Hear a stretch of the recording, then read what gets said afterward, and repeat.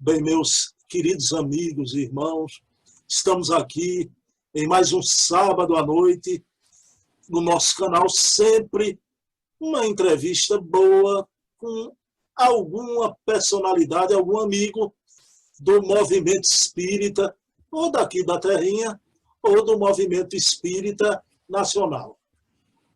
Hoje eu tenho a alegria, a honra, a felicidade de estar aqui com um querido confrade aí das Minas Gerais, meu querido Carlos Alberto Braga Costa, que eu já conhecia, não é?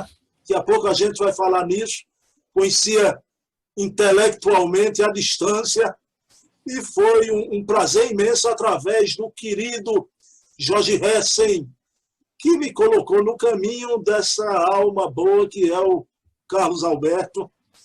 Pessoal, então, pedindo permissão a Carlos, vamos iniciar a reunião, a entrevista, elevando o pensamento a Deus, agradecendo ao Pai de bondade infinita, que possamos, na noite de hoje, mergulhar na psicosfera do Chico Xavier.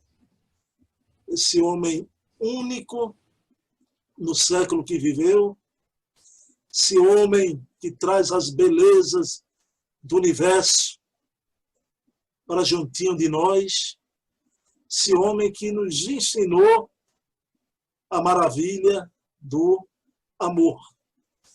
Que possamos, na noite de hoje, na palavra do querido Carlos Alberto, ter esse desfile de almas do querido Chico, do querido Arnaldo, Meimei, deste banquete espiritual, dessa pleiade de espíritos maravilhosos e a quem tanto devemos. Então, pedindo permissão a Jesus, iniciamos a nossa entrevista da noite de hoje. Meu querido amigo Carlos Alberto Braga Costa, o Carlos é o esposo de Dona Ana Paula, pai de Pedro Henrique, de Cecília, e nas horas vagas, não é, Carlos? Ele é orador espírita, divulgador espírita, escritor. O meu contato primeiro com Carlos, vejam como é as coisas, não pensei nunca em ter diante de mim o autor dessa obra notável, Chico, Diálogos e Recordações. Eu comentava com ele ainda com a capa da primeira edição amarelinha. Carlos tem aí uma edição, mostra aí, Carlos. Olha a edição que ele tem aí. Hoje ela está assim, mas a primeira edição, para ver o tempo que, como eu tinha um interesse em ler os diálogos de Arnaldo com o Carlos.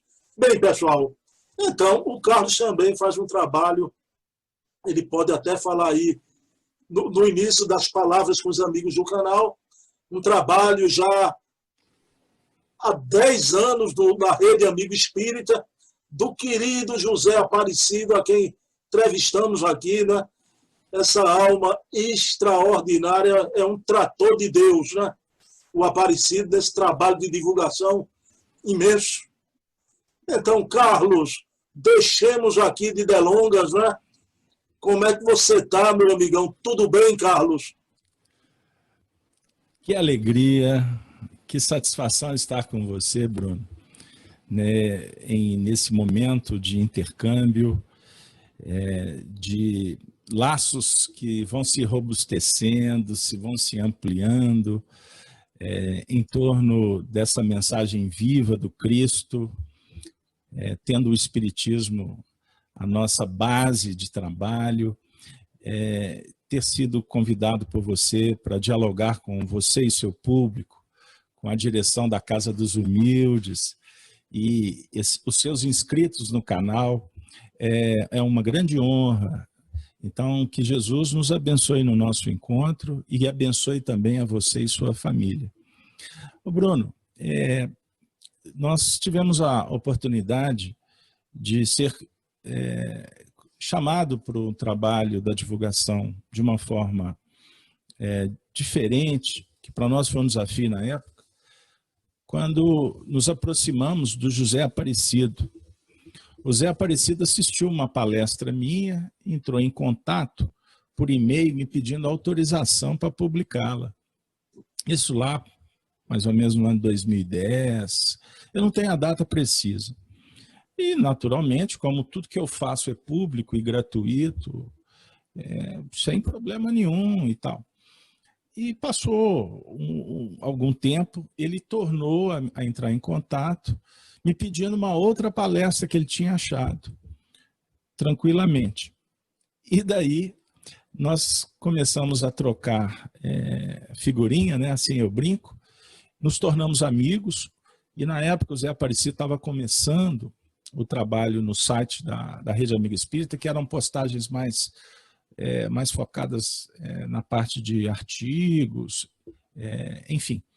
E aí nós fomos nos tornando compromissados com essa causa, e eu fui talvez o primeiro, porque é uma equipe, né? Já teve tanta mudança, mas se eu não fui o primeiro, fui dos primeiros a fazer programas ao vivo, que hoje a gente chama de live, com todo o apoio, com toda a orientação do Zé Aparecido na época, e naquele episódio foi muito importante, porque a gente fazia ao vivo transmissão das reuniões públicas da nossa Casa Espírita, aqui a Casa de Kardec, né? A FIAC Minas, a casa que eu fundei no ano de 2008. E daí, meu amigo, hoje nós já atingimos aí em termos de produção, não só pela Rede Amigo Espírita, mas com palestras que a gente grava e publicamos na Rede Amigo Espírita e no nosso canal Gênesis, que tem o logo aí no alto do vídeo, nós já atingimos uma marca aí próxima de uns 1.500 vídeos. Com detalhe, são estudos, palestras, nós fizemos um cálculo que deve dar uma média aí em torno de 1h10, 1h15 de exposição, porque o número de exposições abaixo de 1 hora são bem menores. Então, a diversidade de estudo doutrinário e evangélico, ou seja, estudo do Novo Testamento, do Antigo Testamento à luz do Espiritismo, estudos em torno da obra básica, que é o fundamento do nosso trabalho, né? Graças a Deus, já com esse material todo disponível no nosso canal e na Rede Amigo Espírita, uma produção que hoje, com essas lives que estão se multiplicando, a gente fica muito feliz por ter sido meio que pioneiro. Amadores, sem dinheiro, sem recurso, mas com muito esforço, boa vontade, dedicação. Graças a Deus a gente hoje vê esse momento do Espiritismo que está tomando essa dinâmica diferente e a gente pôde participar desde o início desses acontecimentos. Então é uma honra hoje estar trabalhando com mais recursos sob o ponto de vista da experiência, e a gente pode, inclusive, pela minha formação em termos de movimento de unificação, eu tenho procurado orientar e auxiliar na preparação de trabalhadores neste setor, sob o ponto de vista técnico, sob o ponto de vista organizacional, e tem sido para nós motivo de muita alegria. E agora com você. Espero que a gente tenha várias oportunidades aí. Não, meu amigo, você não vai fugir, não. Eu vou explorar você nessa área também, viu? Você vai me ajudar também. Carlos, você falando na Rede Amigo Espírita, eu sou muito amigo aqui de uma pioneira como você, a Janes Maiolo de Jales. Minha irmãzinha querida. Jane, querida, um beijão. Ela hoje está mais na atividade dela pedagógica, né? Não está com o pique que ela tinha antes, né? Mas ainda continua, né? Sempre divulgando. Mas, meu querido Carlos, vamos lá entrar aí nos causos e nas coisas, né? Carlos, eu falei que você era escritor, divulgador, orador. Agora, tem o Carlos Alberto também, o médium, não é? O médium. E, meu amigo, veja bem, seu pai é lá daquela região de Pedro Leopoldo, né? E Sim. você, na infância, tinha uma tia com uma mediunidade muito intensa, só que não era dentro do campo espírita, não é? Era Sim. no campo místico. Eu queria, Carlos, que você passasse para a gente aí esse teu início, esse teu contato já, essa antecâmara, né, para você chegar no Espiritismo, e também o teu início depois, propriamente no Espiritismo, depois de passar por essa experiência de vida com a senhora, sua tia. Minha tia Lourdes Costa morava no bairro Magalhães, em Pedro Leopoldo. Meu pai, criança, e ela também, eram vários irmãos, eles viviam num bairro distante de Pedro Leopoldo chamado Doutor Lund. Então, a minha infância foi nesse ambiente, um lugar muito agradável, bucólico, muito arborizado, um clima muito gostoso. E essa minha tia, ela era admirada, respeitada pela sua moral, pela sua conduta ilibada, e a gente tinha um pouquinho de dificuldade, de medo de se aproximar, porque me falaram que ela recebia espíritos. Meu Deus, o que é isso? As almas dos mortos. É interessante que eu me recordo, eu devia ter uns 6, 7 anos de idade, fizemos uma visita na sua residência. Ela, casada, residia em Pedro Leopoldo. Meu pai me levou, a gente saiu de bicicleta, atravessamos mais ou menos uns 10 quilômetros de bicicleta para ir na casa dela e chegamos. E eu fiquei admirado porque ela tinha um altar na casa, com imagem, com velas. E eu fiquei com medo, né? Meu pai, deixa de bobagem. E a gente se aproximou, ela me acolheu com muito carinho. E eu não esqueço uma cena, ela pôs a mão na minha cabeça e fez uma oração e disse para o meu pai, ela me chamava de Bebeto. Bebeto, seu filho, essa criança, os espíritos estão me dizendo que ele é médium. E ele tem uma tarefa, ele tem uma missão na Terra. Aí meu pai, assim, um tanto quanto cético, né? Aí ela completou dizendo, só que ele vai seguir um caminho muito diferente do meu.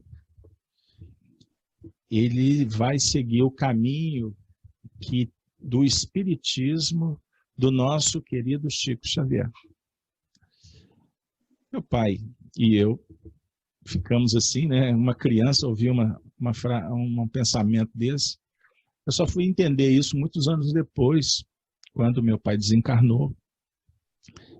E depois da desencarnação dele, eu tinha 12 anos, e na orfandade, irmão mais velho, né? Tinha 2 irmãos menores, eu comecei a ver, presenciar cenas complexas, a mediunidade ela se revelou, e na adolescência, com muitas carências econômicas, emocionais, eu comecei a entrar num momento assim, muito complexo, e que, graças a Deus, eu fui socorrido por mais ou menos com 16 anos, quando amigos começaram a me levar para entender um pouco do tema, né? Só que dentro do empirismo, eu fui recorrer aos nossos irmãos ubandistas, assistia muitas sessões, cheguei aí no candomblé, e o interessante, Bruno, porque em todas as sessões, sempre os médiuns ou os espíritos falavam a mesma coisa, que não tinha chegado o meu momento, mas que eu iria desenvolver a minha mediunidade, até que uma última sessão que eu assisti, eu estava numa sessão, num templo umbandista.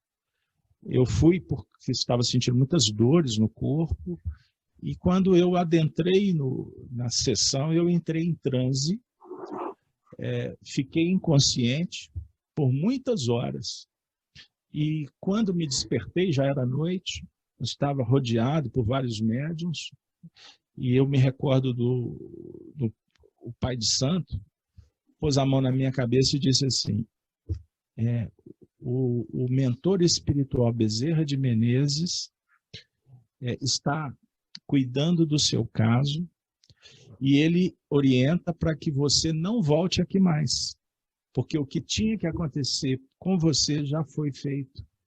E chegou o momento de você procurar um centro de mesa branca.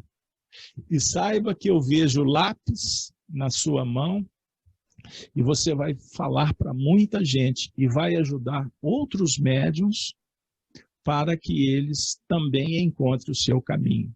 Por isso, Bruno, em seguida que eu acabei sendo convidado a conhecer a Casa Espírita de Belo Horizonte, que é a referência, que é o Grupo Sheila, Grupo da Fraternidade Irmã Sheila, que é a casa referência também aqui em Belo Horizonte, que se tornou uma escola para o meu aprendizado. Eu, todas as vezes que me refiro aos médiuns de outras denominações religiosas, e com muito carinho aos nossos amigos da Umbanda e do Candomblé, eu faço como eles na prática.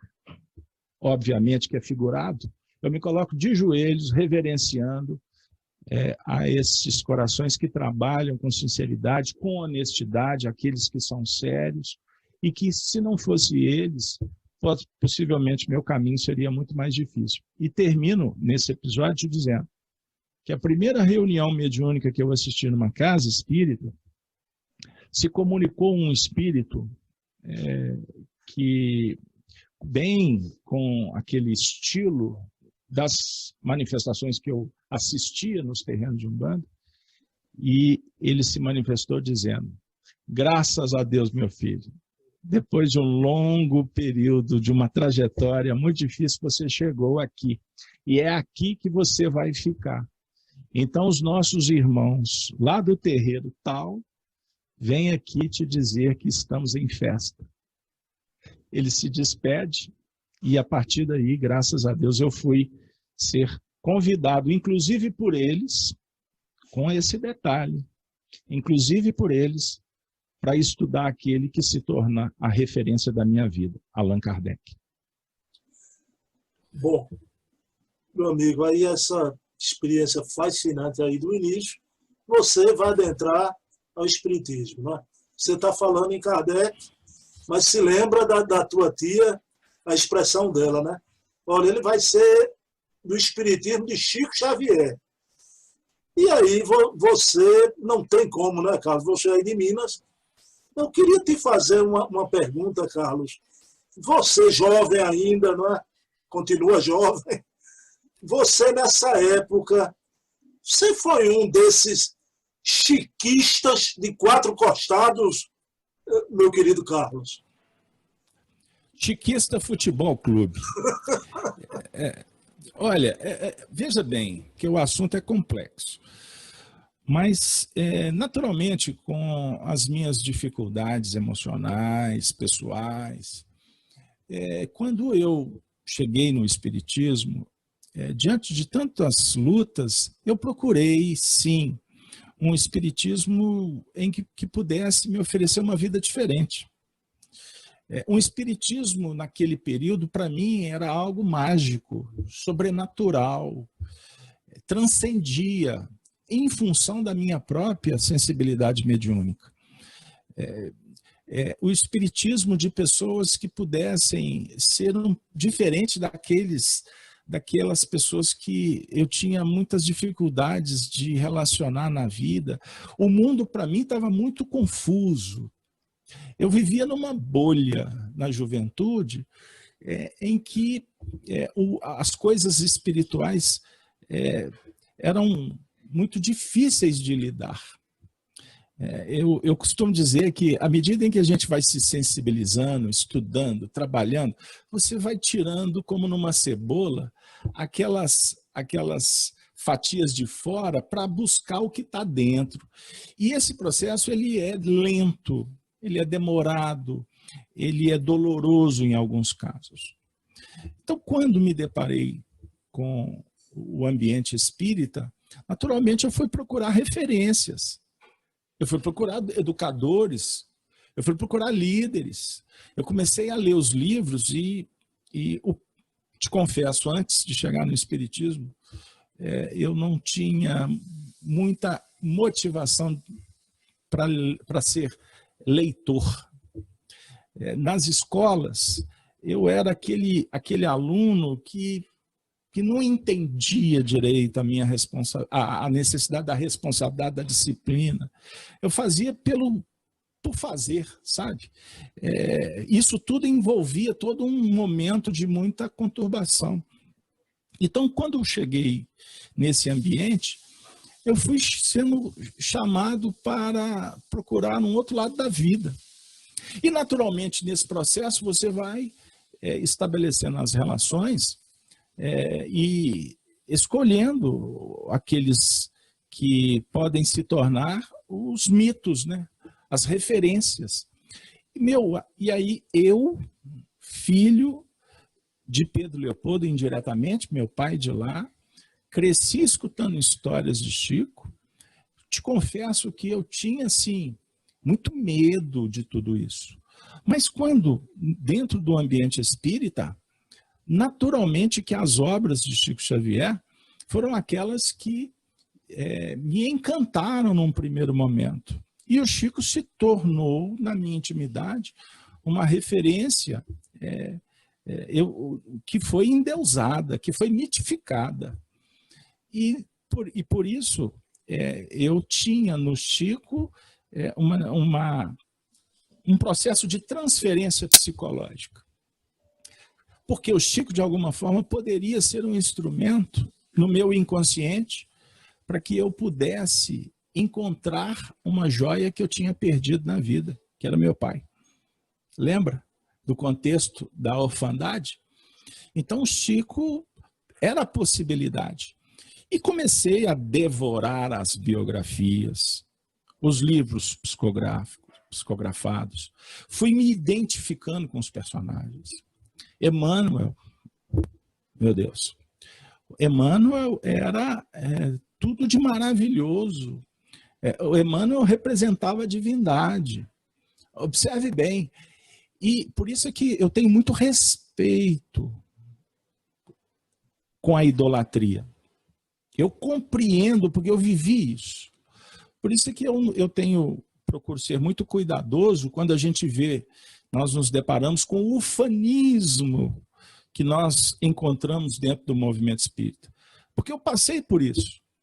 E eu comentei com você há pouco tempo que eu sou de uma escola que veio no momento oportuno e que transformou toda essa visão para me aproximar do pensamento genuíno de Kardec, que é uma escola que despersonaliza, é uma escola de um espiritismo não pragmático, mas estudado e um espiritismo operacionalizado no dia a dia.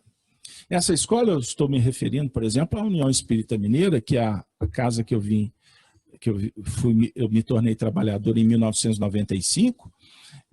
O Grupo Emmanuel, aqui em Belo Horizonte, com coordenação de Honório Onofre de Abreu, Oswaldo, Lúcio Abreu, os irmãos José Damasceno Sobral e tantos outros expoentes do espiritismo, mas que nesse período propriamente, o Chico era a palavra de ordem. A palavra de ordem. Por quê? Ele dialogava no seu sentido paternalista, no seu sentido psicológico de preenchimento, que atendia à transferência, mas, ao mesmo tempo, ele dialogava com aquela mediunidade que eu trazia, a minha sensibilidade. Ele era a referência do médium por excelência. Então, juntava a fome com a vontade de comer. Até que eu me empolguei tanto nesse período, eu vou te contar uma história rapidinha. Porque as primeiras oportunidades de fazer as ditas palestras, né, os comentários, não tinha como não fazer qualquer uma sem contar uma história do Chico. E eu fui me habilitando, né? Eu fui me tornando, de alguma forma, conhecedor.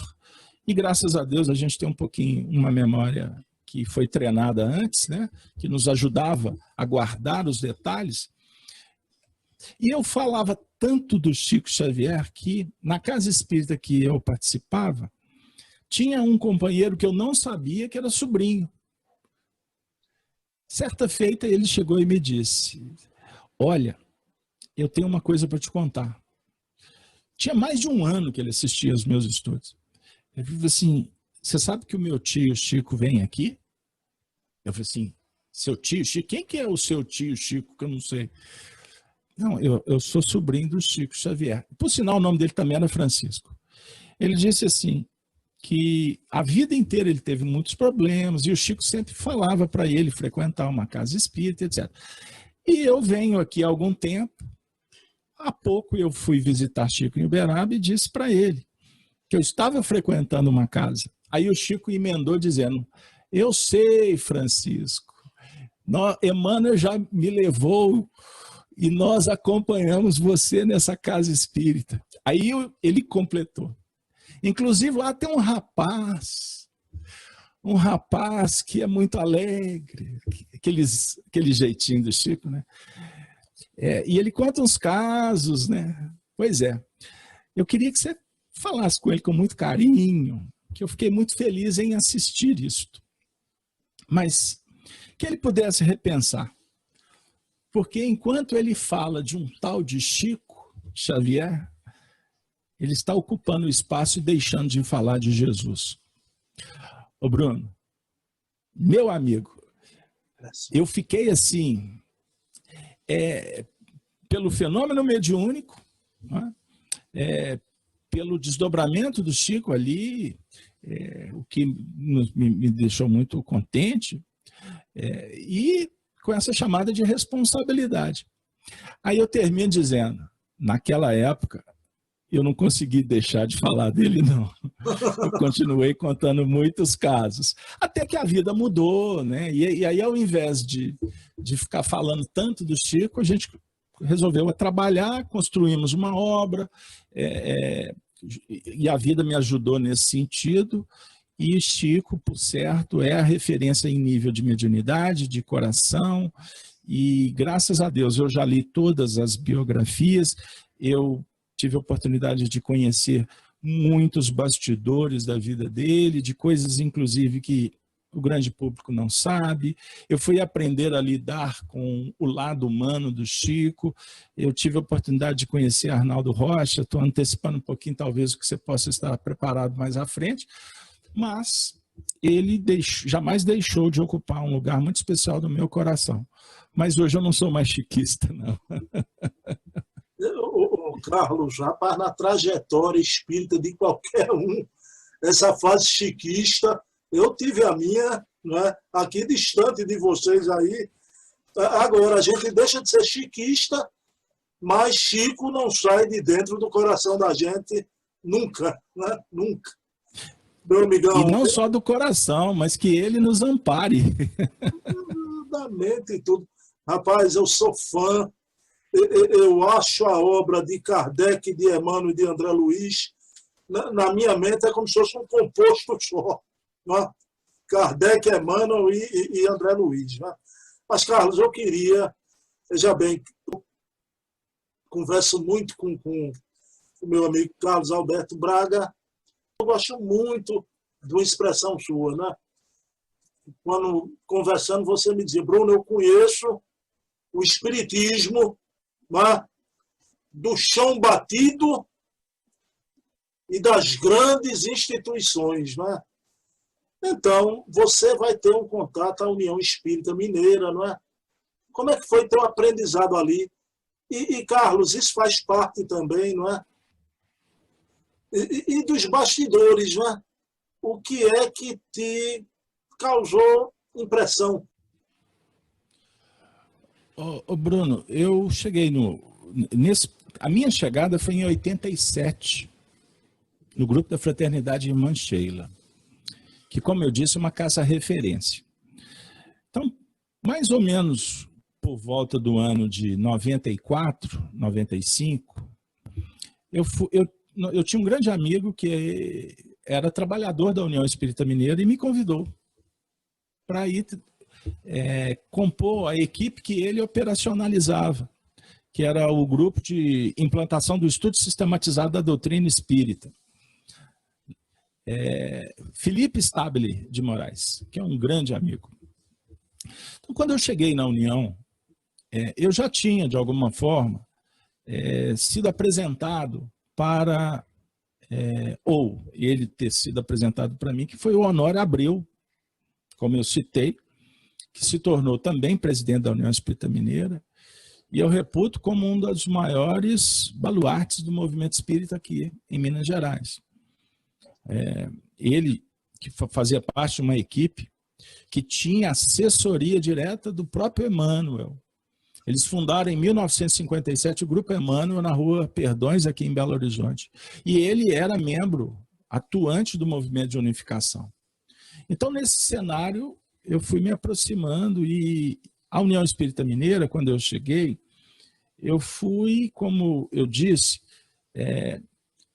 ser apresentado para o espiritismo mais intelectualizado, um espiritismo mais escolástico, um espiritismo de divulgação, para divulgar, para preparar a mensagem e fazer com que ela pudesse chegar nos corações. Então, eu cheguei na União Espírita Mineira num cenário muito favorável. A União vivia um momento esplendoroso, uma equipe de trabalhadores assim muito especial. E a gente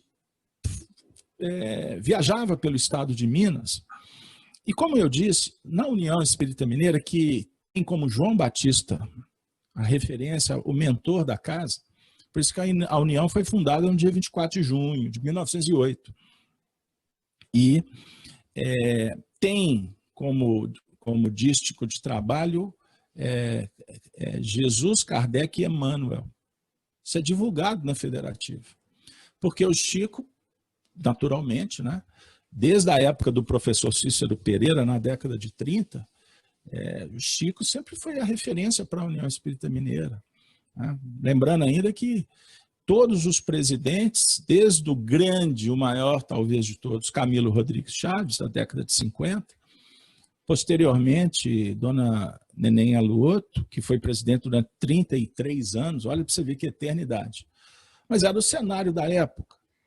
Então, a União sempre foi muito tradicional, muito firme nesses propósitos.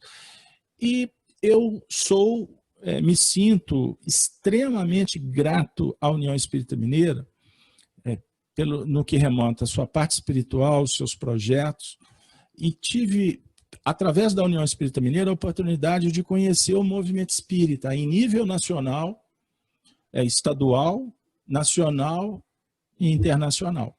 Porque foi a União que abriu portas para o meu aprendizado. Então, era uma dinâmica de trabalho, como eu disse, que privilegiava o estudo doutrinário e o estudo evangélico.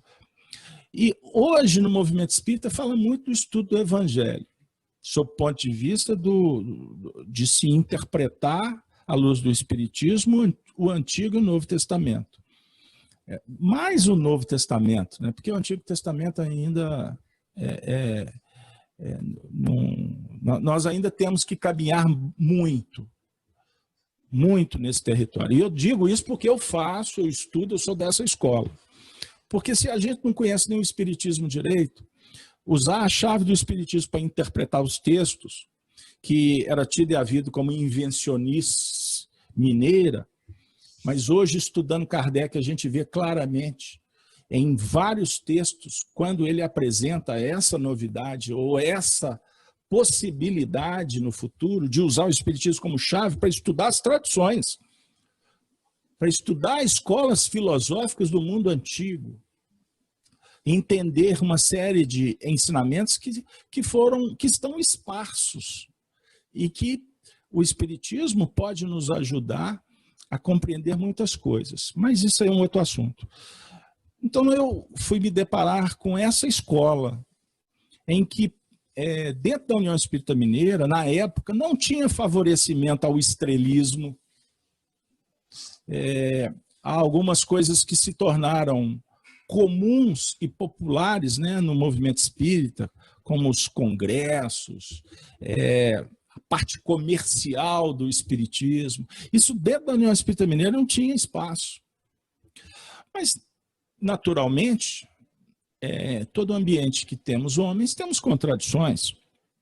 Então, por outro lado, nós tínhamos algumas coisas lá dentro da própria federativa, que uma casa que foi fundada em 1908, você tinha dentro da União Espírita Mineira centenas de correntes e práticas, inclusive, que também não eram práticas espíritas. Então, os dirigentes enfrentavam desafios enormes. Você tem ideia, dentro da União Espírita Mineira tinha dezenas de sedes de centros espíritas.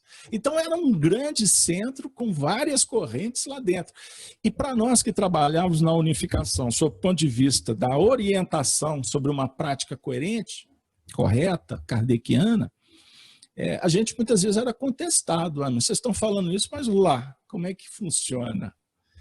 Então foi necessário passar muito tempo, inclusive, para que, numa gestão que eu participei, fazia parte do colegiado administrativo, conseguiu até separar a sede antiga da União com a sede da federativa.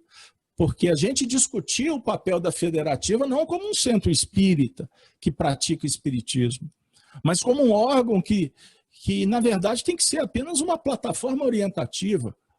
E que, graças a Deus, agora com esse ambiente virtual, nós estamos vendo, que eu dialogo com alguns companheiros da época, agora a gente está vendo o que aconteceu, que na época a gente sonhava em ver se realizar, mas era impossível, porque o espiritismo dependia dos homens. E os homens, a gente tinha muitas dificuldades no movimento espírita de uma rotatividade que emperrava o trabalho, por um lado, ou então o domínio de algumas lideranças que perpetuavam e que não permitiam que o progresso se estabelecesse. Então, o movimento espírita, ele tinha, na minha época, né, uma projeção de ideias muito legais, mas com muitas dificuldades de se colocar em prática, inclusive uma vez que eu sou de um estado que, na minha época, nós tínhamos mais ou menos próximo de 1.800 casas espíritas adesas à União Espírita Mineira no estado. 1.800 casas. Imagine quantas casas que não eram adesas. E nós tínhamos que viajar por um estado enorme, que é Minas Gerais, para levar as orientações. Então, nós cansamos de viajar 100, 200, a gente brincava que a referência de um lugar distante era Almenara. Viajávamos quase 600 quilômetros, muitas vezes para dar curso para 5 pessoas, para 10 pessoas. Então, nesse cenário, eu tive a oportunidade de conhecer e trabalhar orientando as casas espíritas, como a nossa equipe falava, do chão batido até as casas espíritas com um piso de mármore, como dizia Chico, que refletia a terra, o barro do pé do pobre que pisava nesses solos. Isso é uma alusão porque complexa, porque a gente encontra centros espíritas aí que saem completamente do que é o necessário para um centro espírita, com respeito às necessidades de requinte destes nossos irmãos. Mas, sob o ponto de vista de trabalhar com estas casas, nós vivenciamos isso nessa época, o que me ajudou a compreender o movimento, sob o ponto de vista das suas necessidades, e também trabalhar com corações que faziam um espiritismo, talvez sem tanto conhecimento intelectual, mas um espiritismo sério, um espiritismo kardeciano. Então, nós tivemos a oportunidade de ver muita coisa nesse movimento espírita, inclusive os seus problemas de bastidores, que não são poucos. Mas eu falo sempre com muito respeito, tá, Bruno? Todas as vezes que eu abordo esse tema, por ter sido filho do movimento, eu não concordo com algumas posturas de alguns confrades espíritas que, em nome de uma visão talvez mais acurada, mais competente, jogam pedras na história do espiritismo. Nós temos que respeitar a história, aprender para fazer diferente. Isso é básico, né? Embora, Carlos, que o movimento espírita de Minas, a contradição entre a teoria e a prática deve ser uma coisa muito séria, por quê, não é? Porque vocês têm um fator aí, Chico Xavier. Então, você ter uma baliza dessa é uma coisa muito grande, né? E graças a Deus vocês têm aí em Minas. Eu acho que os problemas que o movimento espírita teve, em muito foram atenuados com a presença da alma querida, não é? O meu querido Carlos, veja bem, a partir de agora, é um divisor de águas na tua vida e um divisor de águas também aqui na nossa entrevista, né? Carlos, vai chegar o momento que você vai se deparar com uma figura maravilhosa. Para a gente aqui, viu, uma figura lendária da história do espiritismo, viu?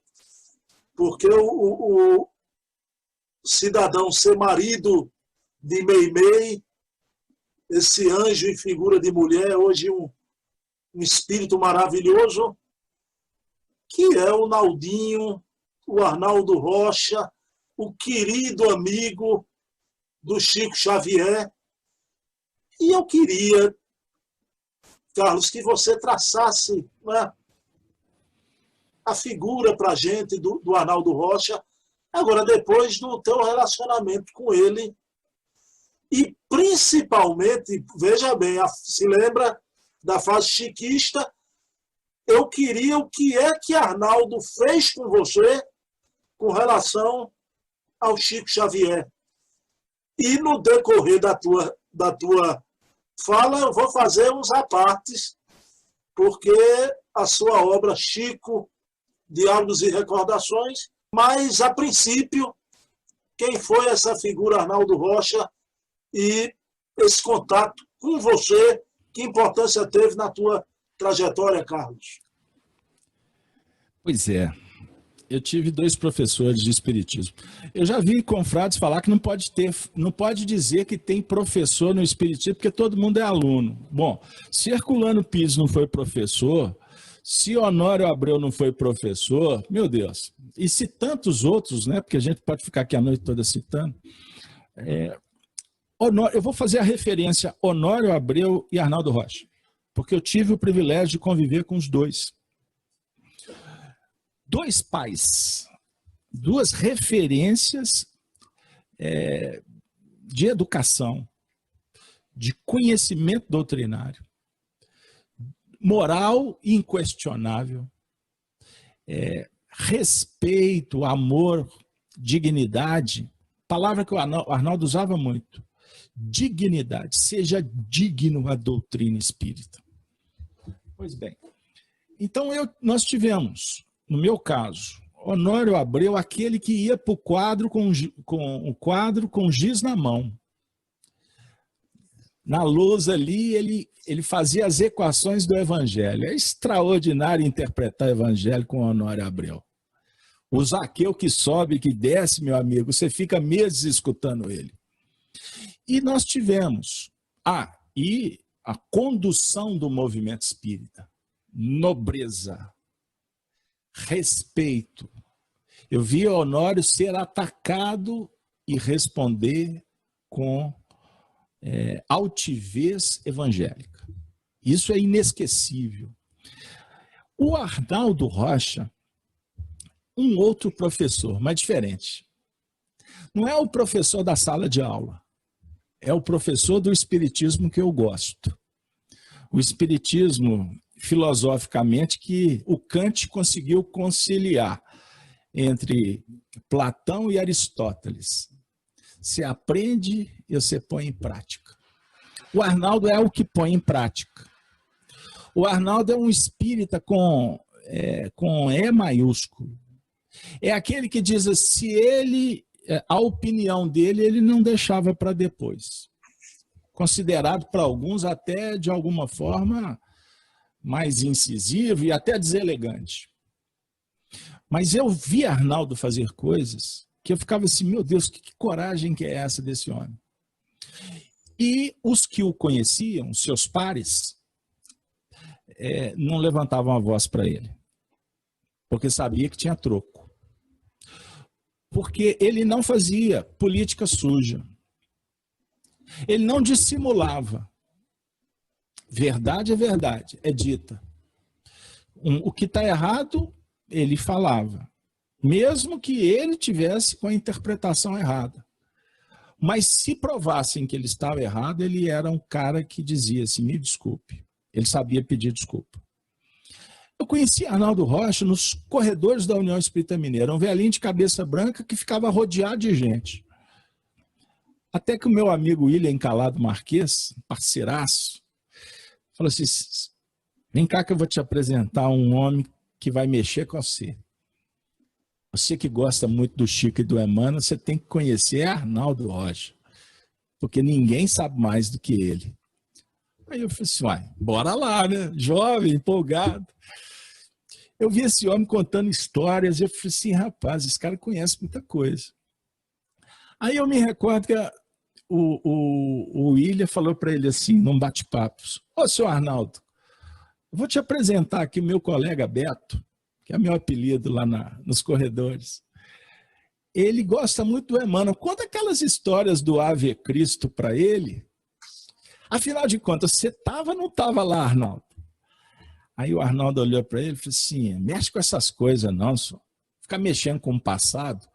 Porque quando a gente mexe com o passado, a gente traz a treva junto. Aí ele olhou para mim, mas eu já vi que você tem o olho de quem gosta de história. Ele falou comigo desse jeito. Eu falei assim, gosto sim, senhor. Ah, então um dia, quem sabe, eu te conto alguma coisa. E prosseguiu, saiu de perto da gente. Então, a minha relação com o Arnaldo foi uma relação, Bruno, de simplicidade, de autenticidade, de amizade, de alegria, de bronca, porque ele dava bronca na gente. Ele dava oportunidade para as pessoas. Ele tinha uma reunião de estudo que ele coordenava por décadas. Ele participava, Martins Peralva, Dona Neném Luoto, uma turma de gente lá daquela época, lá da década de 70 em diante, porque o Arnaldo ele mudou para Brasília. Ele ficou em Brasília 10 anos e depois retorna para Minas. E no período em Brasília também ele deixou uma história muito legal na Comunhão Espírita de Brasília. Primeiro ele foi para a FEB, mas não se deu bem lá não, porque ele não aceitava que se estudasse as obras de Rusteng. Aí ele saiu, a Comunhão estava nos seus primeiros movimentos, e ali ele se integrou e fundou um grupo que funciona até hoje com muita autoridade. Mas o Arnaldo Rocha, para mim, foi aquele que disse assim, olha, seja espírita, mas seja você mesmo. Não agrade os outros, agrade a Jesus. Seja aquele que deita a cabeça no travesseiro e descansa com tranquilidade. E aí, mais lá na frente, para não estender, porque falar do Arnaldo é a noite toda. Um dia eu cheguei para ele e fiz uma pergunta que era uma dúvida atroz que eu carregava. Eu falei para ele assim, seu Arnaldo, afinal de contas, o Chico foi Kardec? Olha só o que eu fui perguntar para o homem. Ô Bruno, ele olhou para mim e falou assim, já vi que você não conhece Kardec. Você precisa estudar, viu, meu filho? Você precisa estudar muito. Eu falei assim, mas por quê? Eu falei assim, um dia você vai entender. Virou as costas, foi embora, me deixou no corredor. Eu falei assim, mas que coisa. Eu fiquei indignado. Eu fiquei indignado com ele. Próximo encontro, estava no bebedouro, ele bateu a mão no meu ombro. Senhor cachorrão, a primeira vez que ele me chamou de cachorrão, era a forma carinhosa que ele tinha comigo. Se você resolveu aquele drama, Qual drama?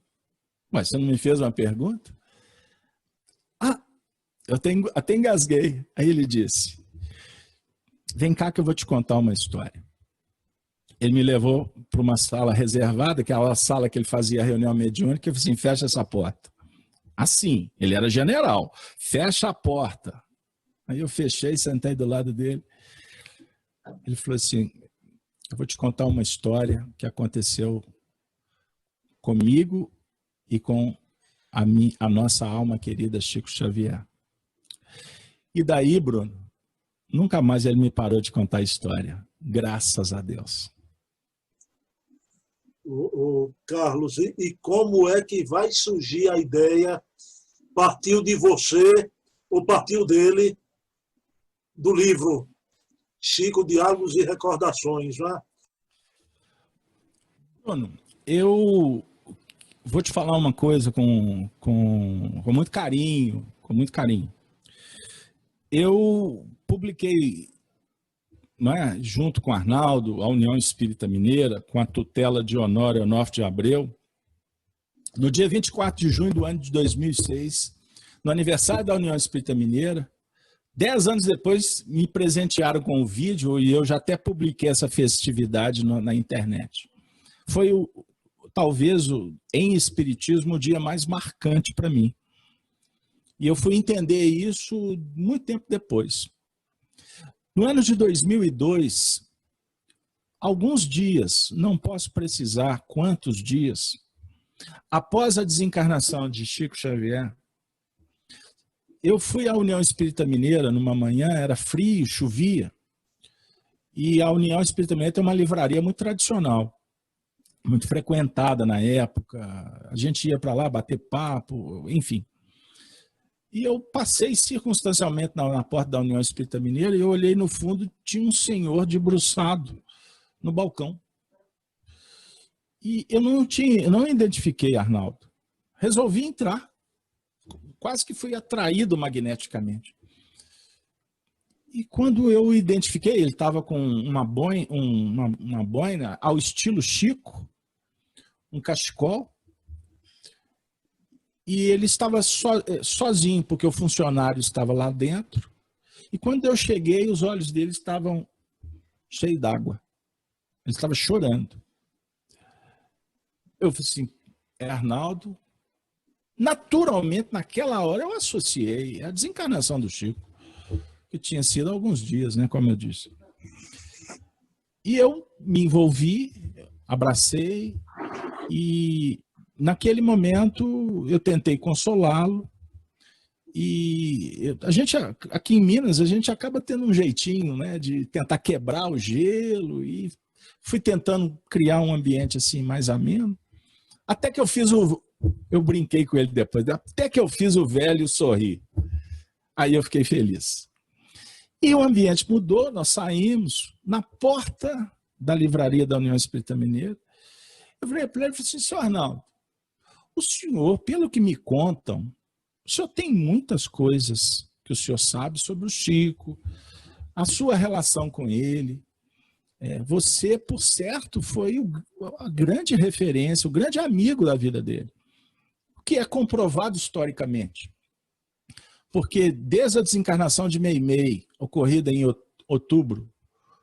setembro de 1946, um mês depois ele vai se encontrar com Chico, e ali um episódio dos mais importantes da história do espiritismo do Brasil aconteceu. Porque depois que Arnaldo e Chico se reencontram, quantas coisas aconteceram, inclusive materialização de espíritos, dentre eles Meimei. O Arnaldo brincava, quem assistiu o filme Ghost, talvez tenha uma ideia do que aconteceu comigo lá naquela sessão que Meimei se materializa, o cabelo cai por sobre a minha cabeça, o perfume Chanel 5 se espalha no ambiente e 14 pessoas viram a cena. Meimei me dando um beijo. Materializada, não foi psicofonia. Ela não se manifestou através da psicofonia do Chico, não. Até é bom explicar, porque senão o povo confunde tudo. Pois bem, Então, aquelas mensagens de Meimei, que estão publicadas no livro Meimei, Vida e Mensagem, pelo Clarim. Ô Bruno, essas mensagens vieram parar na minha mão. Os originais, caderninho desse tamanhozinho, a letra toda arredondada, letra feminina, que homem geralmente não tem esse tipo de letra, não é? Cartas de amor, que eram ditadas, não era psicografia mecânica, não. Meimei ditava, Chico anotava, segurando a mão de Arnaldo, que está no outro lado da mesa, só os dois. De vez em quando, agora daqui a pouco eu vou te falar quem que assistiu a algumas dessas sessões, porque eu tenho os históricos dessas reuniões. Ali era um caso de amor. O túmulo foi violado pelo amor, pela mediunidade, por um episódio extraordinário de espiritismo que aconteceu através de Chico, junto com Arnaldo, porque se os dois não estivessem juntos, aquilo não iria acontecer como aconteceu.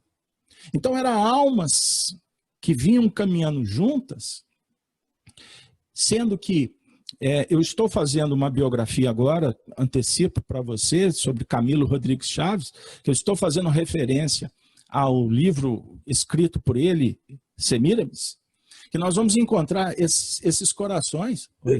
Essa parte eu separei, deixa para daqui a pouco, Carlos. Então, vejam bem, Bruno, é complexo esse processo, porque quando eu falei para o Arnaldo, vamos fazer alguma coisa? Me conta. Eu gravo, eu não tenho habilidade, eu não sou escritor, sou péssimo, por sinal, para escrever. Me conta. Ele olhou para mim e falou assim, gastar papel não. Quem conhece Arnaldo, que vai assistir essa entrevista, sabe do que eu estou dizendo. Não gasta papel não. Mas eu insisti. Me permita. Aí ele disse assim, então tá bom. Eu tenho reunião aqui na União toda quarta-feira. Chega mais cedo. Aí eu perguntei, pode trazer um gravador? Ele pode. Uma semana seguinte, quarta-feira, estava eu subindo as escadas da União Espírita Mineira. Eu chegava, arrumava a sala para ele, porque a sala era multiuso, colocava as cadeiras no lugar, ele chegava com a sacolinha, com os livros dele que usava na reunião, uma canequinha que ele trazia de casa. Era uma pessoa que caminhava, octogenário. E ele sentava ali com toda a paciência e começava a me contar a história. E tinha um momento, Bruno, que ele falava assim, desliga, porque eu vou te falar uma coisa que ninguém pode saber. Aí eu desligava. Em outros momentos ele falava assim, desliga, porque eu quero que você treine a sua memória. Porque você está aprendendo com essas histórias. E digo mais, um dia eu não vou estar aqui. E você vai ter que saber contar essas histórias. Agora, cuidado, hein, garoto? Porque se você se empolgar, se a vaidade subir na sua cabeça, se você começar a trocar os pés pelas mãos, eu serei o primeiro a te desautorizar. Este era Arnaldo Rocha que me contou histórias. E você me faz ficar emotivo agora, até por sentir a presença dele entre nós, porque eu tenho esses documentos nas minhas mãos. As datilografias, as pastas do livro Instruções Psicofônicas, Vozes do Grande Além, publicado pela FEB, que Arnaldo Rocha organizou, esses documentos todos estão sobre a minha tutela. E de vez em quando eu ponho as mãos nesses originais, Bruno, que me levam às lágrimas de saudade de um homem que me contou muitas coisas que o movimento espírita não sabia e que ele tinha um trato com Emmanuel e com Chico que nunca iria contar. Aí lá na frente eu vou te dizer um episódio, o porquê que ele acabou contando. Amigo Carlos, veja bem, essa pergunta não combinei com você, mas a gente observa, e claro, dentro da sua ética, isso é muito forte em você, admirável, né? De não citar nomes, não pronunciar nomes, mas, meu amigo, Como foi que você enfrentou nessa época, no após, as incompreensões, as calúnias e as perseguições? Porque parece até que o Arnaldo era propriedade de alguém, não podia ter relatado para você suas memórias, né? Como é que você sofreu essa fase? Foi difícil, meu querido Carlos? Sem citar nomes, claro. Você se apegou em quê nessa hora? Jesus e em Kardec. Por isso é que depois que eu publiquei a obra, eu fui chamado por Arnaldo Rocha e por Honório Abreu numa reunião inesquecível. Arnaldo disse assim, isso eu já contei em vídeos. Ele disse assim, meu filho, eu não podia ter te falado antes. Quando você me propôs registrar as memórias, eu fui fazendo, eu não dei nada por aquilo não acreditei que poderia tomar a proporção que tomou. No dia que você me entregou aquele calhamaço para me corrigir, ele falou assim, eu tomei um soco no queixo. E por isso é que nós tivemos que tirar muitas coisas. Porque nós não podemos cometer o erro do sensacionalismo em torno de um assunto tão sério. E por isso ele parabenizou a maneira com que eu escrevi, porque o Arnaldo me contava as histórias esparsas. Eu tive que romancear. Eu tive que criar um ambiente para favorecer uma leitura palatável e evangélica, doutrinária. Então, quando eu passei por todo esse processo, ele me disse assim, no dia da publicação, para responder a sua pergunta, assim, Chico tinha me dito que isso ia acontecer e eu tinha esquecido. Ele me falou assim, Naldinho, vai chegar um tempo em que você vai contar as nossas coisas. Vai aparecer um rapaz que vai surgir do nada, depois de muitos que bateram na sua porta, querendo aproveitar, e você não atenderia, né? Porque foi uma profecia, e Arnaldo não atendeu. Inclusive me contou que a vida toda o nego batia na porta dele querendo saber, e ele deixa para lá, deixa para lá. Então, no meu caso, a coisa aconteceu de uma forma assim, muito natural, e eu nunca imaginei que ele ia me contar coisas tão sérias. Então, ele me disse assim, isso foi uma realização de uma profecia. Agora é o seguinte, eu estou para morrer, eu vou desencarnar, você vai ficar aí. O Honório falou assim, estavam os dois, assim, se prepare, que o chumbo vai ser grosso. Os cães ladram e a caravana passa. A partir deste momento, Bruno, todo tipo de ataque, de calúnia, de difamação, de e-mails, cartas circularizadas no movimento espírita, tentando desautorizar o trabalho, que foi um trabalho sério, que não teve em momento algum qualquer ponta de treva para combater qualquer outra ideia. Foi um trabalho que trouxe nada mais, nada menos do que o resultado de uma pesquisa, de uma memória, de uma vida que foi vivida entre Arnaldo e Chico, ponto. Então, qual que foi a minha escolha? Eu fui procurar Kardec, fui fazer o meu trabalho doutrinário, porque o livro já estava publicado, é um livro que circulariza demais, ele já passou de dezenas de milhares de livros circulados, vendidos. Eu criei um blog, chico-xavier.com, quase 2 milhões de acessos. Eu já dei o meu contributo. Agora, eu não vou para a internet ficar defendendo teoria. A memória de uma pessoa feita Arnaldo, essa semana eu entrevistei aqui no meu canal uma pessoa aqui de Pernambuco, respeitabilíssima, né? Uma baluarte, Dona Ivanira Miranda. Para você ter ideia, na década de 60 ela viveu no Rio de Janeiro, conviveu com Ivone Pereira, Diolinda Amorim, Herculano, né? Somente. E impressionante a lucidez dela nos 84 anos, impressionante, meu querido Carlos, né? E ela trouxe uma riqueza aqui. Então, Carlos, você fez um trabalho, fica aqui, indico a obra, Chico, Diálogos e Recordações. Pessoal, não é o marido de Meimei, né? É o Naldinho. E aí a gente vai entrar nas outras obras, a gente ainda vai para a da FEB, que vai ser lançada, mas eu queria antes, Carlos, você mostra a capa aí, por favor, do livro Chico Xavier, do Calvário à Redenção. Né? E veja bem, eu queria que você dissesse a importância desse livro, que tem a ver com a família de Chico Xavier, né?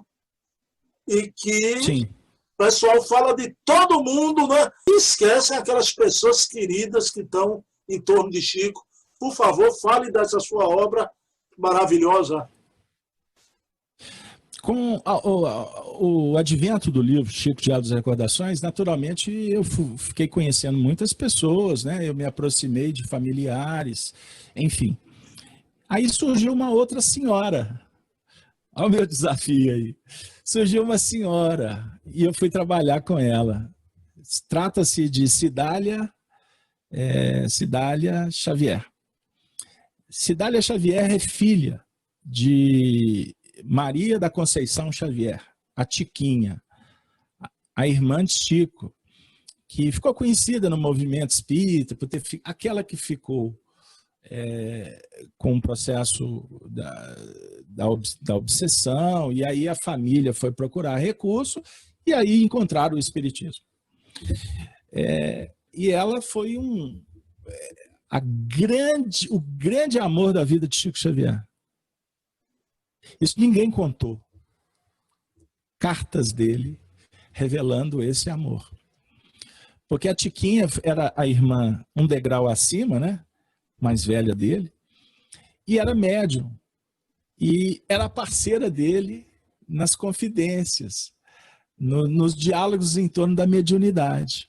E aí a história toma a projeção que tomou, e ela veio a desencarnar, Tiquinha, na década de 80, e por conta da desencarnação, a família, os filhos, se aproximam do Chico, porque foram buscar consolo face à morte da mãe. E ela passa mais à frente a se comunicar através de Chico.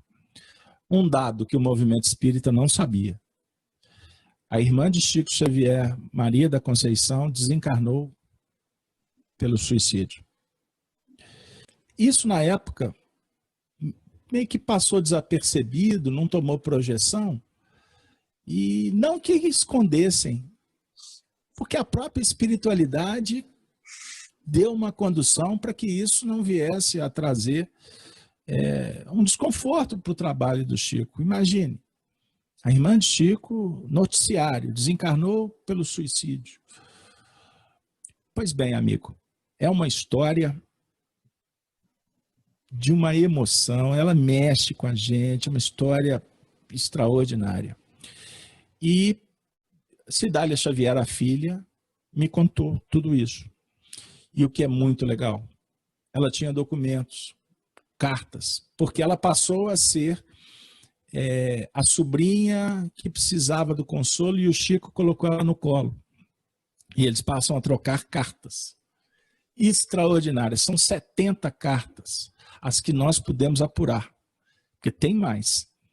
E essas cartas, Chico se revela como uma alma humana, falando da família e contando histórias de próprio punho, algumas conhecidas e outras com a riqueza de detalhes que, meu amigo, nos leva às lágrimas.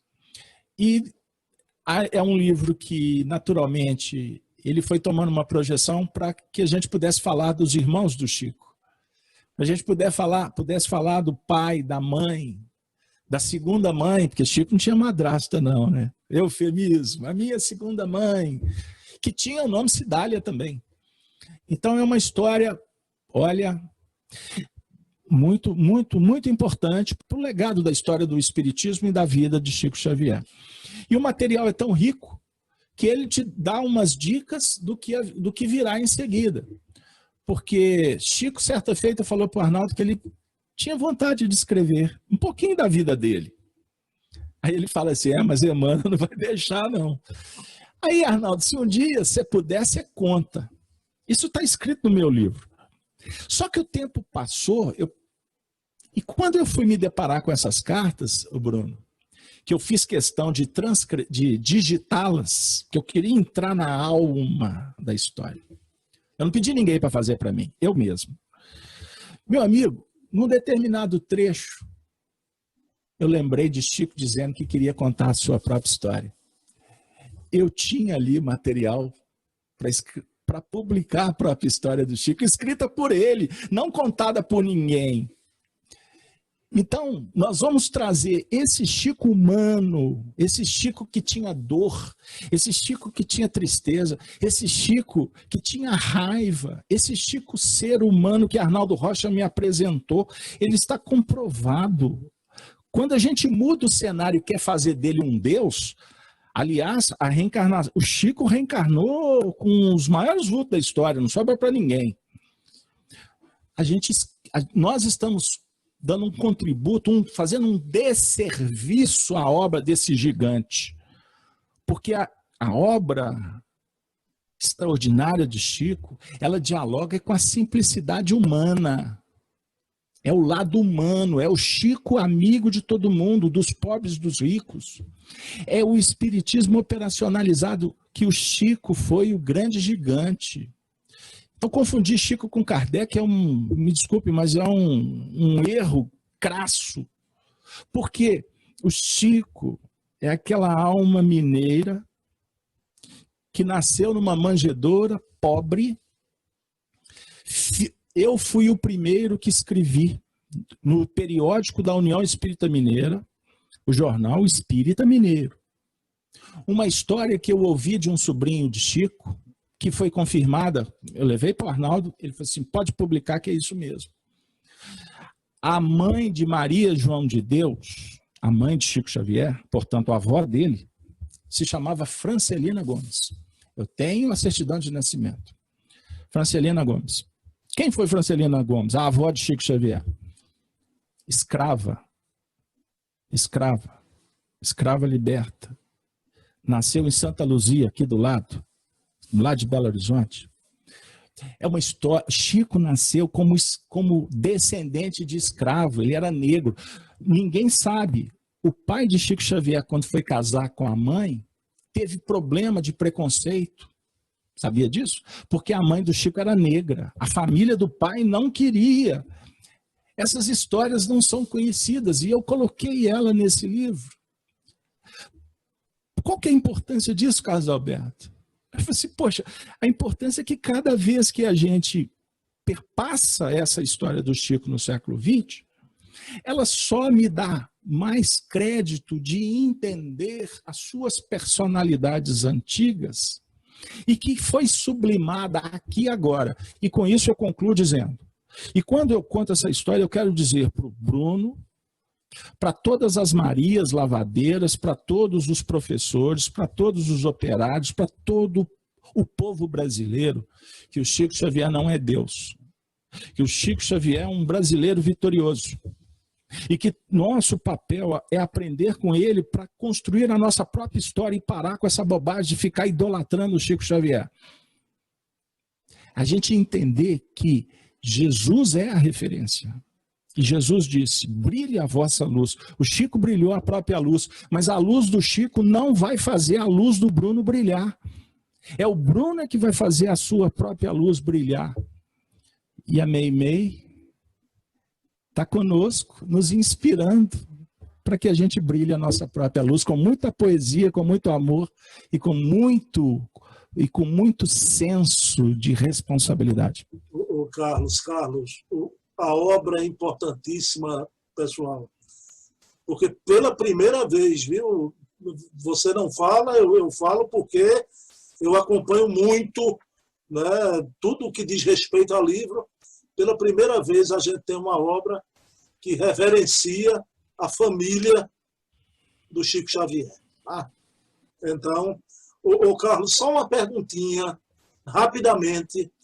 Eu estava aqui pensando, ouvindo você e vindo pessoas, personalidades. Você falou em Dona Maria Luoto, né?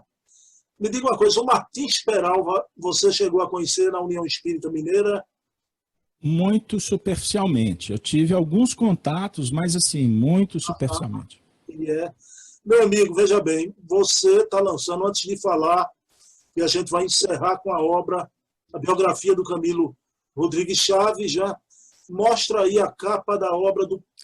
Pronto, ô Carlos, isso aí é uma coletânea dos prefácios de Emmanuel, é isso que trata a obra, que está no prelo. Sim. Pela FEB, Sim. Carlos?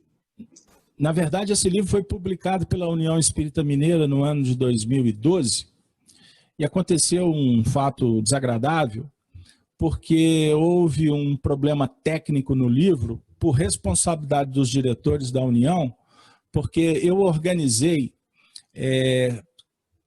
praticamente todos os prefácios escritos por Emmanuel nas obras de Chico e também de alguns outros autores, como do próprio Peralva, que você acabou citando.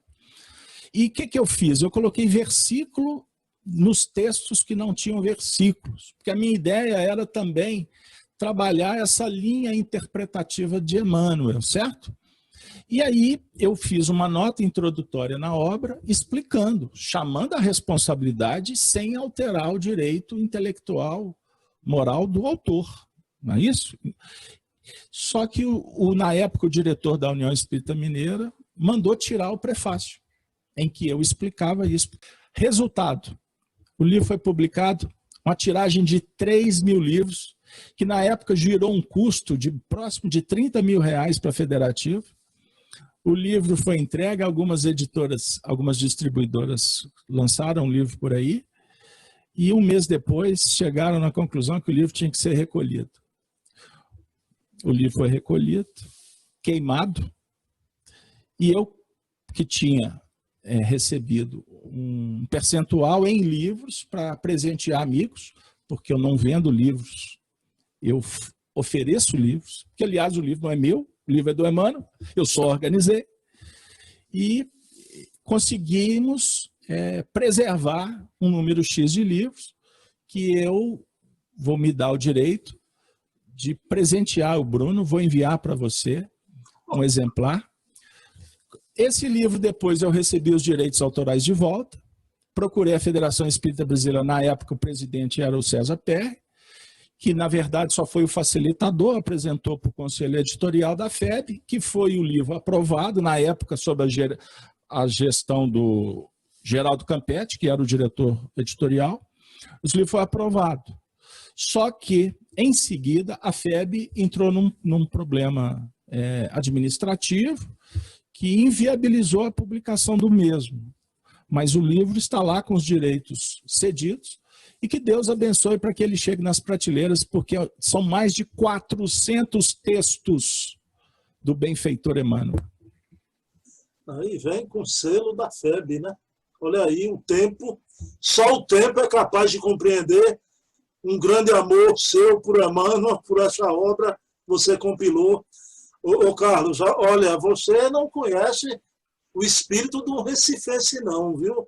Você ofereceu a obra aí do Emmanuel, se puder, mande junto para mim, Chico Xavier do Calvário e a Redenção, por favor, que eu estou louco para ler essa obra, viu? Se tiver uma por aí ainda, meu querido Carlos, veja bem.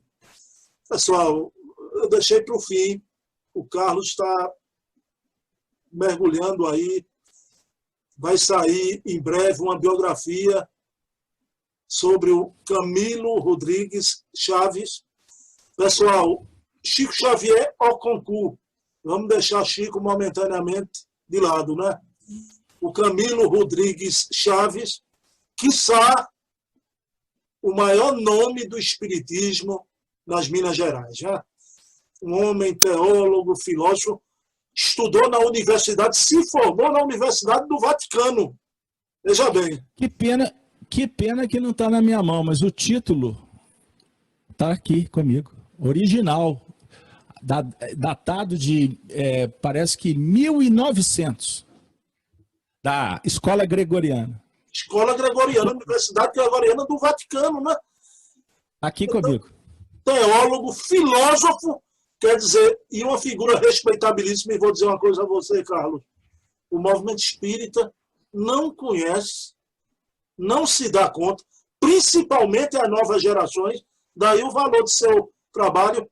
Mas, Carlos, esse livro remete a outras reencarnações, indo até os dias da velha e lendária Babilônia, não é? Então, por favor, conte para a gente que grupo de almas são essas que acompanham o querido Camilo Rodrigues Chaves nessa epopeia aí, nessa saga que vem desde lá da Babilônia. O meu livro Chico Diálogos e Recordações, ele teria o título Amigos para Sempre. O Arnaldo pediu para mudar, colocar Chico Diálogos, eu mudei. Mas o título primeiro do livro, Amigos para Sempre, ele dialoga com o que você elencou. Porque são almas amigas, é uma família espiritual, que Chico, certa feita, disse que se aportou aqui no planeta, mais ou menos aí, conjuga aí com a data dos arianos, dos ditos, a raça adâmica, e não é uma data fechada, porque para você ter uma ideia, alguns personagens desse grupo viveram na Atlântida, na Lemúria. Chico tinha algumas reminiscências esparsas. Isso era conversado entre eles. Mas Camilo Rodrigues Chaves era um dos membros, um espírito de alta envergadura. Emmanuel endereçava orientações espirituais para o presidente da União. Em algumas ele chama Camilo Chaves de senador, porque na época não tinha os senadores como agora, mas tinha os deputados, né? Os deputados gerais, as capitanias. E o Camilo Rodrigues Chaves exerceu um papel político muito importante em Minas Gerais, como educador, como político. Ele teve na Revolução de 30, eu tenho fotos dele, mas no período da Babilônia ele foi responsável por auxiliar na expansão, na construção do grande império babilônico. E esses registros estão publicados num romance que é pouco divulgado no movimento espírita, mas é um romance histórico espetacular, intitulado Semíramis. Semíramis, Camilo Chaves fez uma pesquisa profunda sobre o tema, porque fascinava-o desde criança. Ele conta essa história no próprio livro. E ele registra ele organiza as ideias, as pesquisas, mas ele escrevia sobre a influência da reminiscência. Arnaldo me contou. Olha, ele dizia assim: eu vejo cenas e à medida em que eu vejo aqueles painéis que eu vou escrevendo sobre eles, os textos vêm praticamente pronto. E em determinados momentos eu me vejo como um dos personagens principais, que no livro é conhecido como Lecon, o meu leão, o leão de Semíramis. Semíramis foi uma rainha que fez Alexandre o Grande dar um soco na mesa quando descobriu os feitos expansionistas dela. Só que ela era uma rainha fora da curva, porque, embora no mundo muito difícil, né, no século VIII a.C., ela foi uma rainha justa, uma rainha nobre sob o ponto de vista moral, e ela convencia muito mais pela sua autoridade espiritual. E ela conseguiu unir os semitas, os assírios, os babilônicos, e foi possível naquele período, inclusive, fazer uma união que era tida como impossível com o Império Egípcio, uma vez que a faraona do Egito, na época, se chamava Xanes. E essa faraona, ou Farane, como alguns tratam, era Chico Xavier. Semíramis, junto com Camilo Chaves. Semíramis foi um personagem muito importante na trajetória desse agrupamento. Ela era referência espiritual para eles, inclusive Emmanuel, que no livro Semíramis era um sacerdote, pai de Semíramis, chamado Simas. E um dos generais de Semíramis se chamava Bebe Alib, que era o nosso querido Arnaldo Rocha. Num primeiro momento, casou com uma princesa da Média, loura, de nome Mabi. Mabi é o espírito Meimei, que morre nos seus braços, golfando sangue após ser alvejada por uma espada, e suas últimas palavras balbuciadas, falando para o seu noivo amado: proteja Chames, que era Chico Xavier. Essa cena eu relatei para o meu filho aqui ontem. Aconteceu mais ou menos no ano de 830 a.C.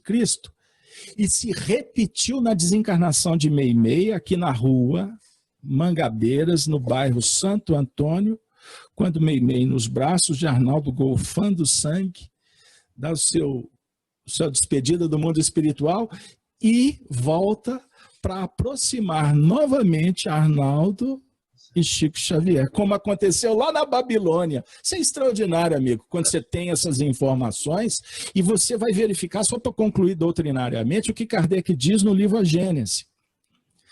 Tudo se conecta no universo. Nós nos conectamos uns com os outros e conectamos também com o passado e com o futuro. Esse grupo caminha juntos para se soerguer, para crescerem sobre a égide de Jesus. Nós não podemos esquecer disso, porque, por exemplo, Paulo de Tarso é um dos tutores desse grupo. Então existem assuntos e assuntos que vão se abrindo que não vai ser em alguns minutinhos que a gente vai ter a pretensão de... Carlos, mas eu tenho que, em algum momento, eu costumo, viu, Carlos, colocar tapete vermelho para os meus entrevistados, deixá-los numa zona de conforto. Mas eu queria te fazer uma pergunta que surgiu agora, você falando que tudo se conecta no universo, né? Meu amigo, com esse grupo aí do Camilo Rodrigues Chaves, Semíramis, seu general... Então, a história se repete em ciclos, né? A história do desencarne de Meimei no ontem e no hoje é uma coisa linda, linda, linda. Mas, Carlos, o que tem a ver, meu querido amigo Carlos Alberto Braga Costa, com essa constelação, com essa pleiade lá da Babilônia? Me fale dessa conexão sua com eles. Há essa conexão, Carlos? Essa é a pergunta que você reservou para me deixar de saia justa. Ô Bruno, deixa eu te contar uma coisa. Naturalmente, nós vamos estudando o Evangelho e vamos aprendendo que o grande desafio nosso é o mergulho interior. É o conhecer a si mesmo, para domar a si mesmo e transformar a si mesmo. A convivência com a natureza e os seres é uma grande oportunidade para que a gente se habilite a esse mergulho interior. Então, a misericórdia da providência divina oferece para nós infinitas possibilidades de conexão. E bem-aventurado aquele que aproveita a conexão, valoriza a oportunidade e cresce com ela. Então nós, família espírita, somos um mesmo grupo. E não tem problema nenhum você chegar a pensar que um dia você esteve, quem sabe, tomando um café com o Chico, com o Emmanuel. Por que não pensar que um dia você participou de algum evento com o Bezerra de Menezes, com Eurípides Bassanufo, que é um dos tutores desse trabalho? Então, as revelações que Chico ofereceu, eu gosto muito de falar, os espíritos ofereceram, porque senão a gente fica centralizando tudo no Chico e nós estamos cometendo um erro grave, porque o trabalho é em equipe. O trabalho é despersonalizado no mundo espiritual. Emmanuel fala no livro Paulo Estevam, na introdução, que existe uma lei de colaboração mútua e universal entre os seres, entre os mundos. Então, nós não podemos querer circunscrever o poder na mão de um. Jesus convoca uma escola de apóstolo que não eram os espíritos top, eram os espíritos humanos, porque eles precisavam de dialogar com nós precisamos de diálogos com imperfeições, mas também sugerindo as perfeições. Então nós fazemos parte dessa família. Como não pensar que se hoje a gente acaba muitas vezes até se empolgando e saindo em defesa de personalidades, eu não tenho dúvida de que muitos que o fazem estão tendo a oportunidade inconsciente de recobrarem o passado porque atacaram ontem. Quando eu estudo essas histórias, como sofreram os líderes dessa época, e vamos lembrar de uma coisa, até para explicar um pouquinho, porque tem pessoas que falam assim, mas esses espíritos só ocuparam cargos importantes. Não. O Chico, por exemplo, no Egito, foi rainha 2 vezes. Hatshepsut, um dia eu te conto essa história em detalhes, porque o Chico revelou os problemas que Hatshepsut teve por volta do ano de 1400 e alguma coisa, que ela tinha diabetes, câncer nos ossos, e no ano de 2007, a ciência provou que Hatshepsut tinha o que o Chico falou para o Arnaldo nos anos 50, meu amigo. O Chico foi uma farana no Egito, Chames, eu acabei de citar. Mas quantas reencarnações no anonimato, no meio do povo, sofrendo com dificuldades? Então não é a posição, é o que a gente faz das oportunidades. Então, Bruno, eu não tenho dúvida que eu e você, divulgando o Espiritismo, você no seu canal e eu com o nosso aqui em Belo Horizonte, nós estamos sendo conectados pela providência para divulgar uma mensagem, porque nós nos conhecemos. Nós só estamos nos reencontrando. O Emmanuel diz assim, que a vida é um eterno encontro, reencontro, e tomar a Deus que não seja desencontro. Então, o mineiro e o pernambucano, nós estamos reencontrando porque nós só fazemos parte de uma mesma família, meu caro. A mesma família da Meimei, do Chico, do Bezerra, de tanta gente. Carlos, isso aí não é nem história de reencarnação, né? Eu fiquei muito feliz, eu quase não dormi quando você disse que sonhou comigo, né? Um dia desse aí, eu digo, pronto, eu já saí, já fui atrás de vocês aí, dessa vibração. Carlos, querido, a gente vai fazer a prece, mas antes, queria que você desse uma mensagem, suas palavras finais com os amigos do nosso canal que assistiram essa entrevista tão boa, rapaz, agradável, rica e com um grande final realmente de tirar o fôlego, muito emocionante. Meu amigo, suas palavras finais para os nossos amigos. Primeiramente, agradecer, Bruno, agradecer a você, sua família, sua esposa que te apoia. É muito legal a gente estar envolvido com uma família. Você falou da minha e agora eu reverencio a sua. Agradeço aos mentores espirituais, como fiz no início, porque espiritismo sem espírito não é espiritismo. Então, nós estamos num ambiente espiritualizante. Quando nós fazemos um bate-papo desse, nós temos que colocar em evidência a mensagem do Cristo. É o Espiritismo que traduz o pensamento de Jesus para nós nos dias atuais, que recebeu essa grande bandeira do Consolador prometido, ou do Paracleto, como falava tão bem Carlos Torres Pastorino, Paracleto como advogado, defensor.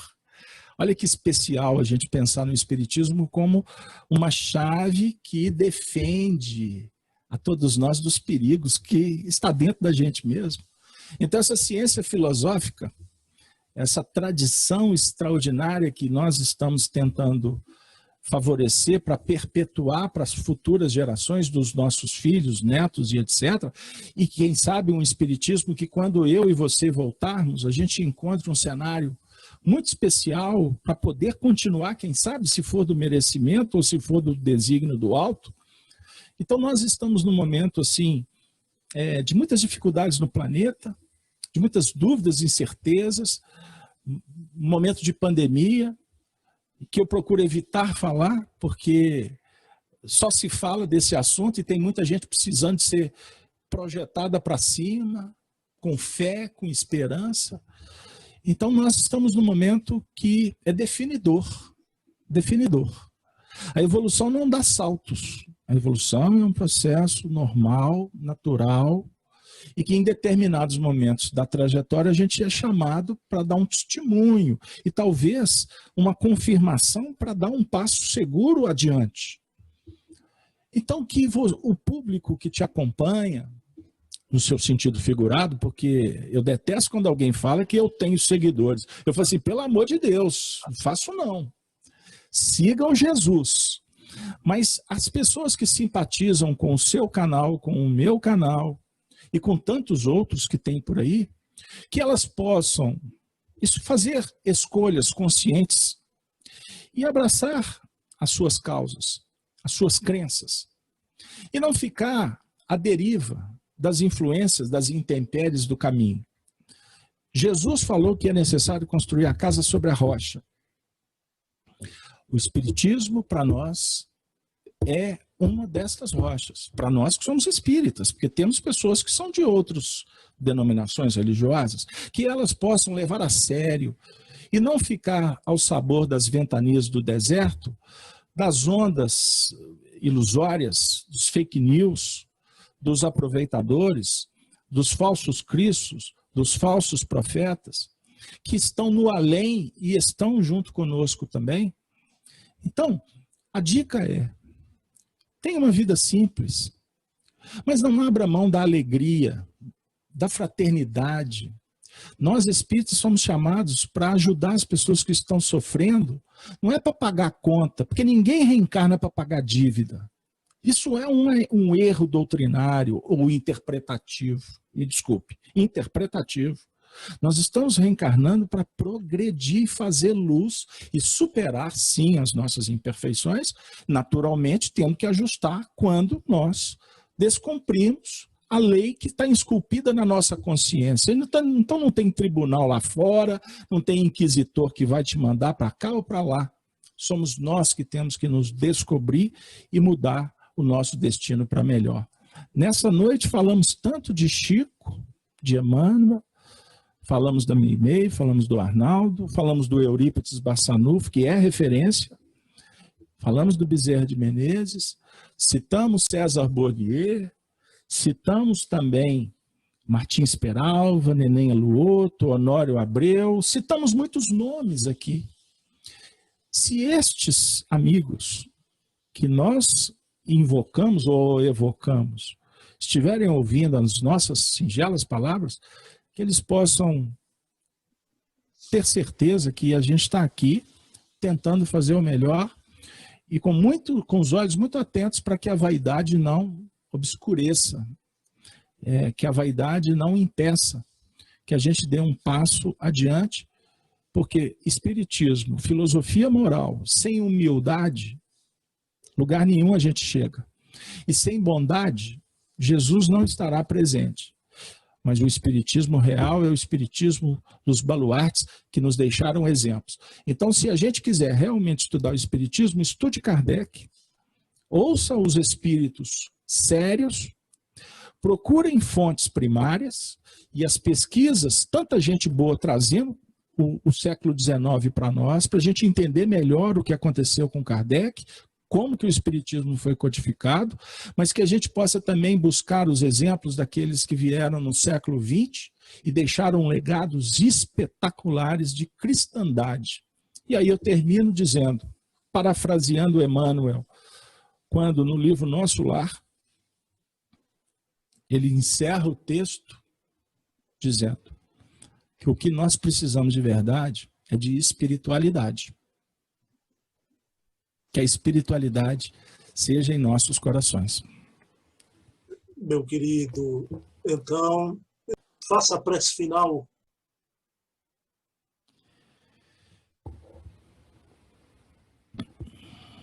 Me vem à mente uma imagem, Bruno, que eu tive a honra de ver muitas vezes dentro da União Espírita Mineira, ao final das reuniões mediúnicas. Quando Arnaldo Rocha, com muita humildade, encerrava a atividade dizendo assim: amado Mestre Jesus, ajuda-nos, Senhor, para que tenhamos dignidade em professar a doutrina santa. Que o teu evangelho seja por nós uma bandeira viva nas ações de todos os instantes. Que as sombras que campeiam em torno dos nossos interesses pessoais sejam dissolvidas através do trabalho que honorifica os princípios que estamos esposando. Jesus, meigo amigo, abençoe a todos que sofrem, os filhos do teu Calvário. Que a tua paz, Senhor, se faça nos corações. E que a oração que tu nos ensinastes possa vibrar no íntimo dos nossos corações. Pai nosso que estais nos céus, santificado seja o vosso nome. Venha a nós o vosso reino. Seja feita, Senhor, a vossa vontade, aqui na terra como nos céus. O pão do corpo e do espírito, dê-nos sempre, Senhor. Perdoa as nossas ofensas, à medida em que aprendermos a perdoar. Senhor, livra-nos do mal, pois o vosso é o reino, o poder e a glória para sempre. Ave seja sempre o teu nome. Ave Cristo. Ave Cristo, Carlos, com essa vibração linda do querido Arnaldo Rocha, estamos encerrando. Eu queria, Carlos, depois desse momento tão emocionante, foi uma semana enternecedora para mim, esse preparo nosso para a nossa entrevista, viu, meu querido Carlos? Então, um abraço na alma, viu? Um beijão na alma. Muita paz. Tamo junto. Um abraço. Luz acima, né? Beijão, Carlos.